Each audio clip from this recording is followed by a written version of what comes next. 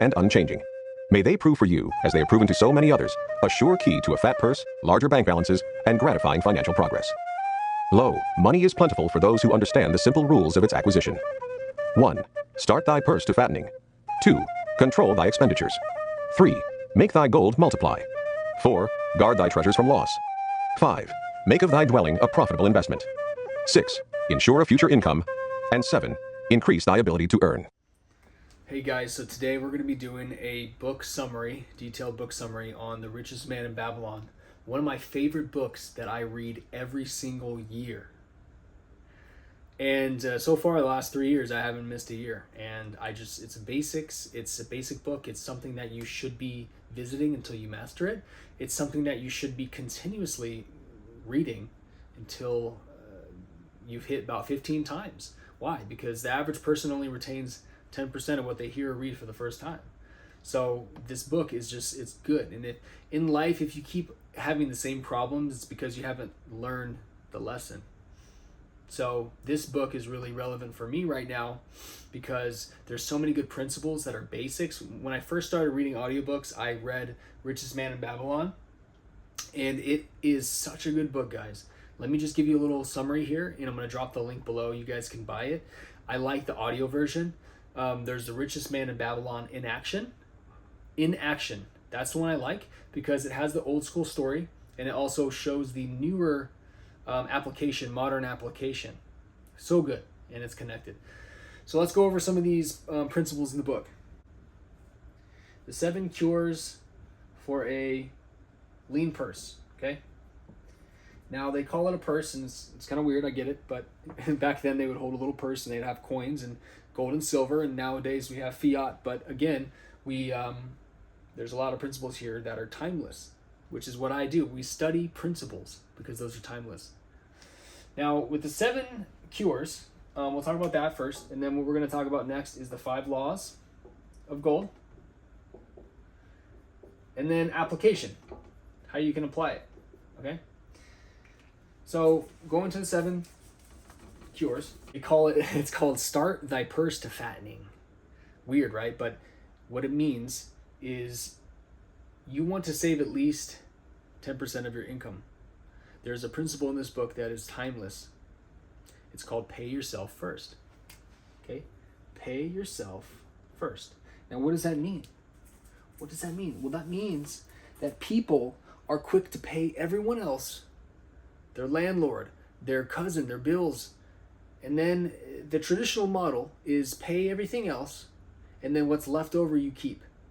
That's the traditional model. When I say traditional, I mean the most modern model of a poor person. Let's just be real. If you're poor, do it that way.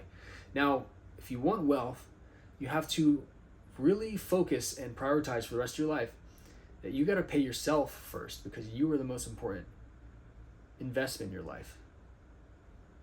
Right here, in between your brain, in between your ears here, your brain is the most important asset. You are the greatest value proposition. So you got to pay yourself first. Now, in the book, basically, I'll just kind of summarize it here. They call it Profit First. It's similar to the modern book called Profit First, which is a great book as well. You can spend as much money as you like in this world, okay? In the book, it says you can spend as much money as you want on whatever you want, except as long as you don't spend more than 9/10 of your income. Now, what does that mean? That means that, like, you earn $10, you put $1 away. Now, in modern day, I think 10% is a little low. However, it's about the principle. It's about the muscle. It's about strengthening it over time. As you grow over time, and as your expenses decrease, and as your income increases, you can increase that number to 40%, 50%. Eventually, you would like to be able to give 90%, or give away maybe 90% and live off of 10%. I mean, ideally, you want to increase over time, but you can spend as much money as you want as long as you don't spend more than 9/10. Because there's a funny little experiment in the book. What would happen if you had 10 eggs, and every time you took one egg out, every time you went to the store, you bought 10 eggs, 10. I guess a dozen in this example. You buy a dozen eggs, you take one out, and you put one in a basket. What would happen over time? eventually you would have an overflowing basket on one of the sides here, because eventually that basket would overflow. Now that's how it is with your wallet. You continuously, no matter what, you will find a way mentally. The idea here is that you will find a way mentally to survive off of that 90%, and you will find a way. You will lower your expenses. You will get creative. You'll beg, borrow, and steal. Just kidding. And so, ideally, that's the first rule. And over time, you have an income source. Now, number 2 is controlling your expenditures, which is essentially what we were just talking about earlier, which is your expenses. You want to lower your expenses. You want to control them. Sometimes we think that we need something, but it's not. We don't really need it. So it's called lifestyle creep, lifestyle inflation, being broke at a higher level. If you don't learn how to control your expenses, and every time your income goes up, your expenses go up too, you're at the same level. You're just broke on a higher level. You might have started down here, you got some money, and then now you increase your expenses, now you're broke again on a higher level. We don't want that to happen. So you got to learn how to control your desires. And this is not about stoicism, but it's true. Humans have the capacity to have unlimited amount of ideas and desires, but you only have so much income, so much money that you earn. So ideally, like, you might have all these desires, but learning how to eliminate them and keeping the ones that matter the most, and also making sure you don't violate the paying yourself first, and you will avoid being broke doing that, and it helps. Now, another way to avoid being broke is guarding your treasure from loss. Now, this is another rule number 4, guarding your treasure from loss, which really comes down to wisdom, because if you're unwise, you're going to choose gold over wisdom. What's more important, gold or wisdom? Wisdom, because that's how you learn how to make gold. It's how you learn how to protect your gold. Would you rather have a fish if you're starving, or would you rather learn how to fish? Learning how to fish is more valuable than being given a fish, because wisdom helps you learn how to recognize a good investment from a bad one. And if you can learn how to do that, well, guess what? You just protected your income. Because a lot of the time people earn a lot, but they lose it all, and they make bad choices. So yeah, you want to seek advice from well-trained people who are years ahead in investing, who have what you don't have, who have a proven track record for their investing, for example, and people that are good with money, good with lending, asking them for advice. And that is one way to help learn from them, so you can become like them and guard your own income from loss. So this is another one that a lot of people in America have done, but a lot of people are not doing it anymore. And I'll explain a little bit about that in the modern sense. But in this rule number 5 is make your own dwelling a profitable investment. So that means, like, turn your home into an investment. Now, how can that happen? Essentially, we're paying rent, we're paying real estate no matter what. Whether it's your real estate or someone else's real estate, you're paying. You're either making your landlord rich or you're making yourself rich. Real estate has been known to hold value since the beginning of time, because it's just sitting there. It's just a sitting, sleeping giant of just bricks and hopefully, good materials. And again, if you do the math here, and let's just do a little quick math equation. Let's say your rent is $1,500 a month. You doing that for 12 months? I don't know that on the top of my head. That's $18,000 a year. And you do that for 5 years.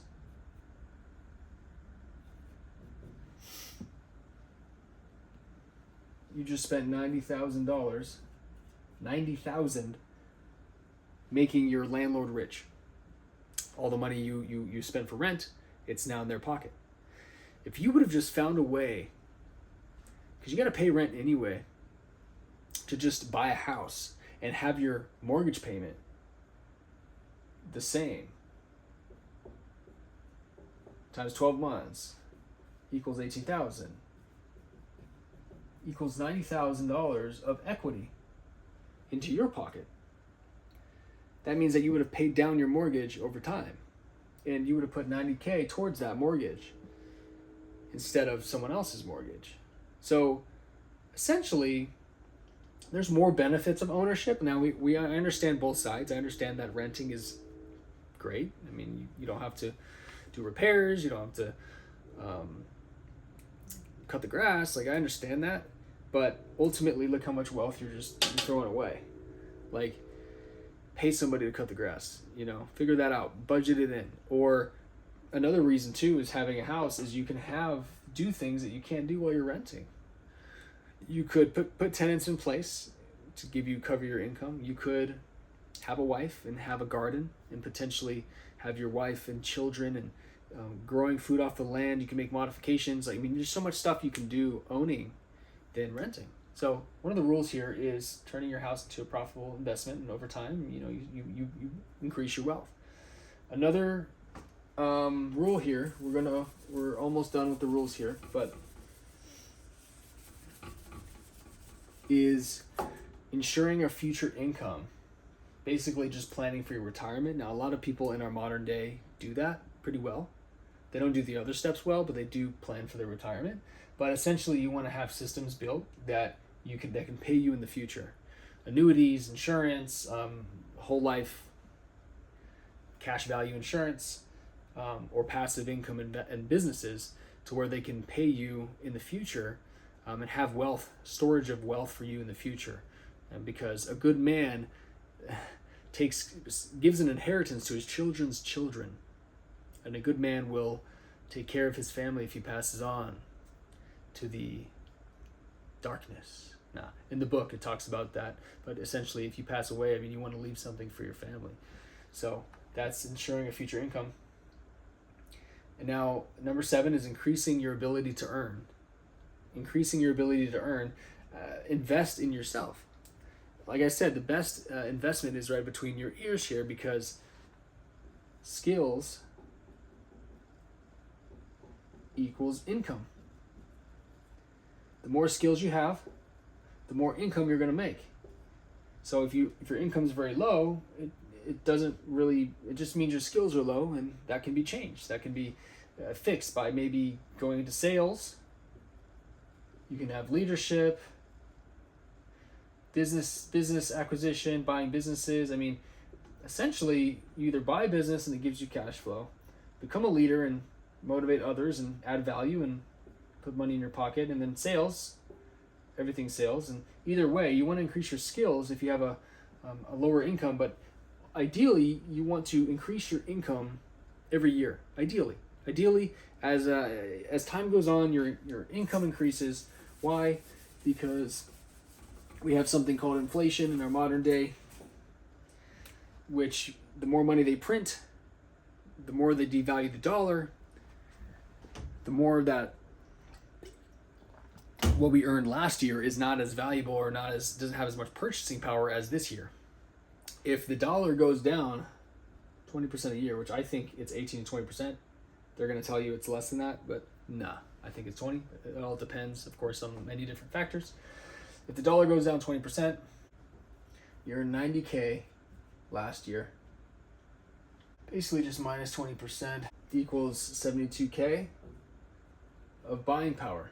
So if you go to the market and you're trying to spend that $90K the next year, you still earn $90K the next year, but because the value of the dollar went down, your buying power feels like 72,000, which is really hard to grasp, because it's like the hidden tax is inflation, and we can talk about inflation in another video. But essentially, you got to increase your income, because if you keep earning this amount the next 10 years, you're essentially starting over and your income is low. So you have to increase your income to match inflation, and that's just one point. But of course, that's just, why would you not? Why would you want to not increase your income as you grow older? That's just one of the rules in Richest Man of Babylon. So very wise, very cool, and who doesn't want to add more skills every single day or year as well? All right, gold comes to those who save. Now, there's something about this in the universe, but the more money you have, in your purse, in your wallet. Grab your wallet, get $100 bill if that makes you feel like it's if that makes you feel rich, do that. You want to feel rich. You want to feel good walking around. If that doesn't make you feel good, then do $1,000. If that doesn't make you feel good, do more. Only the amount that you could afford to lose. Not that you should lose anything, but if you did lose it, you're not going to freak out. The idea is you want to feel abundant. The more money you have, the more abundant you are. Therefore, you attract it. Some sort of law in the universe where you attract more of it. And if you do have savings accounts, that will attract more money too. Money comes where it's respected. It comes where it's welcomed. So the more you have, the more that you will get. It's inevitable. Plus, you're just consistently saving.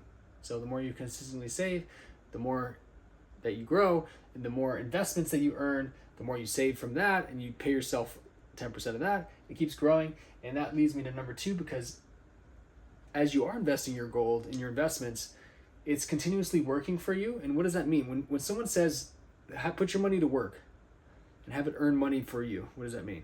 Well, it means that you're going to put your money somewhere. This is your money. You earn it. You then put it into some sort of system, and it's generating income, and it spits out more income. Now you just put your money to work. Now in this book, it says that you want to do it a few generations down. So you earn it, you earn your income, which takes time. You invest, and this doesn't take very much time because it's not your time, at least, it's someone else's time. This could be an example of, like, maybe you buy an asset, you buy a real estate property, and that property has tenants, and now those people are slaving all month to pay you rent. Now they pay you rent every month. You take that money, you do it again. You invest it into another type of asset over here, and then that spits out you more money. So you can see that that's how you create wealth over time. Now the key is to find that investment, which we're going to talk about more in the wealth category of how to find a profitable investment, how to keep on the lookout for that. And the more cautious you are, going into rule number 3, the more cautious you are, the more that you're going to keep your money, because money respects who respects it. It's like a woman. You respect her, she stays around. And with money, that's the same thing. Gold clings, it stays close to those who are cautious, those who respect it, those who make smart decisions. So yeah, guys, I hope you enjoyed me going over some of the principles here in the book. And what I would like for you guys to do is read the book, take notes. Every time you're reading, take notes. If you want to speed up your process, listen to it on 1.5x, and listen to it multiple times. So that's a good summary for you. And again, if you want to learn more, keep on the lookout for content coming in the wealth category on how to spot a good business and how to create passive income. So coming soon.